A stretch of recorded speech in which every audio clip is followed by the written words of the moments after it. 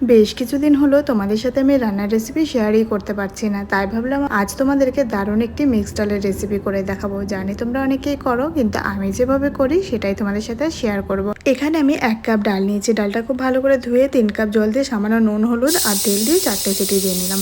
এরপর আমি ডালে যা যা দেবো সেগুলো এখানে কুচিয়ে নেব। নিয়েছি রসুন, পেঁয়াজ, ধনেপাতা, টমেটো আর কাঁচা লঙ্কা, সবকিছু তো কুচিয়ে নিলাম। এবার চলো দেখি ডালটার কি অবস্থা। ডালটা কিন্তু খুব ভালো করে দেখো 4টে সিটি দেওয়াতেই হয়ে গেছে। কড়াই বসিয়ে সামান্য পরিমাণে সর্ষের তেল দিয়ে 5 ফোড়ন, শুকনো লঙ্কা, তেজপাতা দিয়ে দিলাম। এবার রসুনটা দিয়ে লাল হওয়া অবধি হালকা ভেজে নিয়ে পেঁয়াজ দিয়ে টমেটো দিয়ে দিলাম। কিছুক্ষণ ভেজে আদা বাটা দিয়ে সামান্য পরিমাণে জিরে, ধনে, হলুদ গুঁড়ো দিয়ে দিলাম। এবার সামান্য চিনি দিয়ে ভালো করে কষিয়ে নেবো। আর কোনো মশলা এখানে দেবো না। মশলা ভাজা হয়ে গেছে, এবার ডালটা ঢেলে দিলাম। ডালটা বেশ কিছুক্ষণ ফুটিয়ে নিলাম 2টো কাঁচা লঙ্কা দিয়ে। ডাল ফুটে গেলে এবার দিয়ে দিলাম ধনেপাতা কুচি। এই ডালটা কিন্তু ভাত দিয়ে খেতে দারুণ লাগে। কেমন হয়েছে কমেন্ট করে জানিয়ে, ভালো লাগলে একটা লাইক দিয়ে চ্যানেলটি সাবস্ক্রাইব করো।